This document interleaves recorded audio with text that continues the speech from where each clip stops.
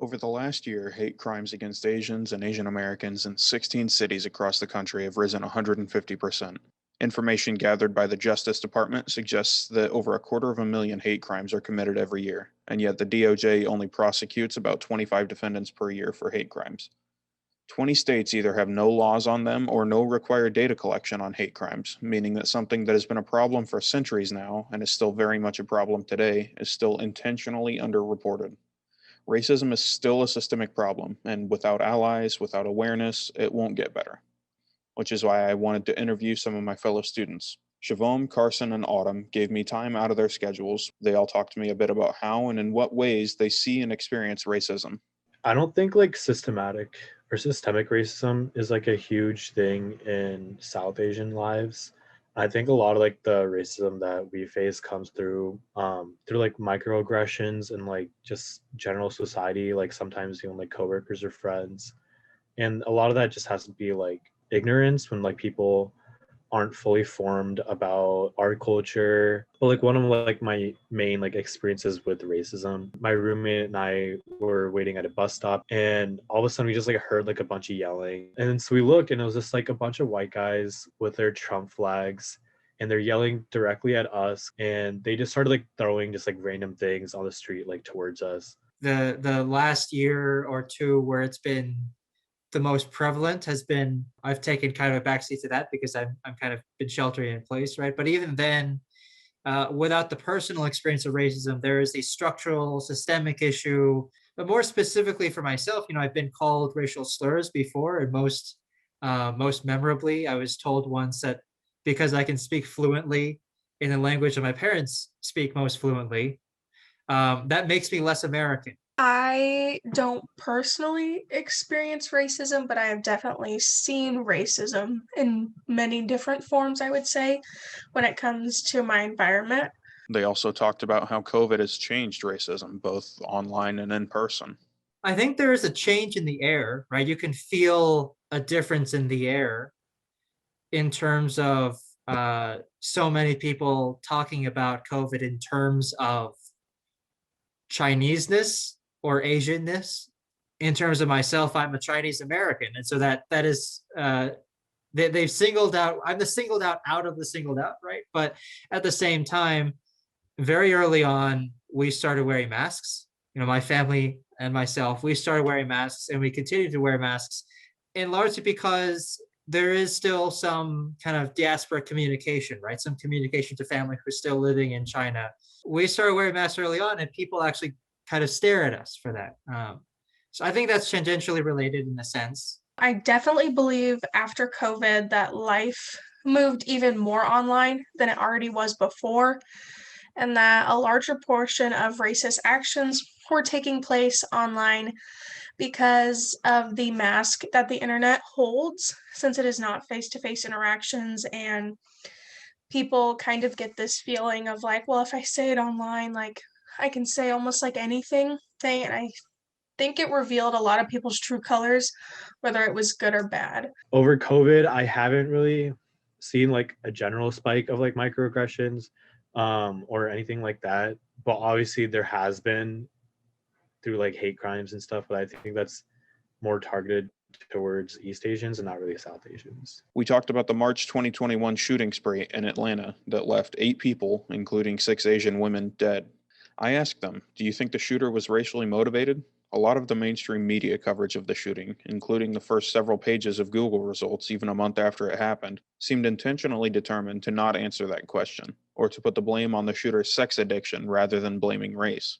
Definitely, I would say my first reaction was, okay, yes, this was a hate crime of some sort. Like this was planned out. Before this, I was able to look into the situation myself. And after doing so, I believe that the shooter was racially motivated. He walked into 3 separate massage parlors, and almost all of his victims were Asian women. I would say so that he was. I don't think I remember like reading Korean media outlets and like newspapers specifying like quotes. The shooter was like yelling things that made it clear that he was targeting Asian people and like Asian women specifically. I think it absolutely was. And when there's this kind of systemic bias, these systemic stereotypes are there, you don't really need to be consciously thinking about it because that's actually the default, right? That's basically what systemic racism is, right? That there's a default there already. And when we look into history, I think that the default was clear. I asked them about allyship, things that they're seeing that are encouraging. A lot of advocacy is like shifting to social media, which I think it's like a good thing. I remember last summer we saw a lot of posts being like, in like my hometown at least, of like students forming like strikes and protests like at the local park. Yeah, just like generally just more at like radical and like pushing the boundaries as to like what we think advocacy can be on social media. I think there's a lot of hope here because people are looking towards the right people who kind of know what they're talking about and are within the community that the activism is seeking to benefit. And I think that's good allyship. In regards to like going in the right direction, definitely the social media app TikTok. A lot of people in our generation are kind of finding their voice and being more apt to call out racist behaviors. I've seen multiple influencers on that app speak out about racial injustices, such as Victoria Hammett is one that I can think of specifically that I know her videos. I feel like I used to never see anyone speak out against it. I asked them about things that are annoying or harmful.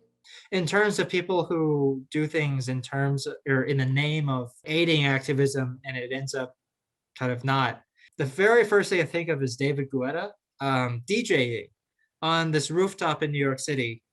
And this was in 2020, I believe, right after George Floyd was murdered. And he said something along the lines of, "So this record is in honor of George Floyd. Shout out to his family. I have a dream." And then the song is just a dumb dance song. And so in that sense, it's really performative, right? It's really, there's nothing that changes about the song. He was likely going to play the song anyway. A part of being an ally means you have to listen. And I feel like a lot of people who say that they are allies speak before realizing that their actions are making it worse because they are vilifying or shaming other people, which doesn't help either of the parties. It just separates more people. I think like when we see like celebrities get involved in the situation and like people who are like very privileged, they tend to take like some sort of neutral stance, which ends up like really harming the communities that want to have like a more of a radical sense of change. And finally, things that they believe prospective allies should know. Going back to the last question, I think a lot of people should just listen. I think that's so important. Realizing and taking a step back that you will never fully understand what it is like to live their life at all. But you can absolutely do your best to listen to them.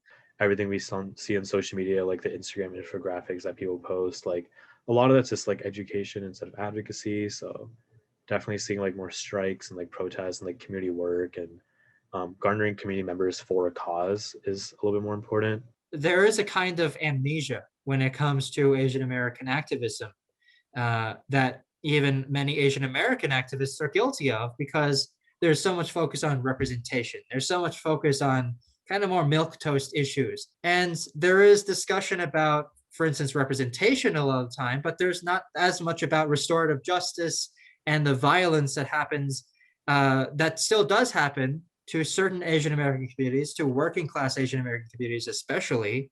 And I'm glad that I'm seeing more and more prominent voices have a more hardline approach.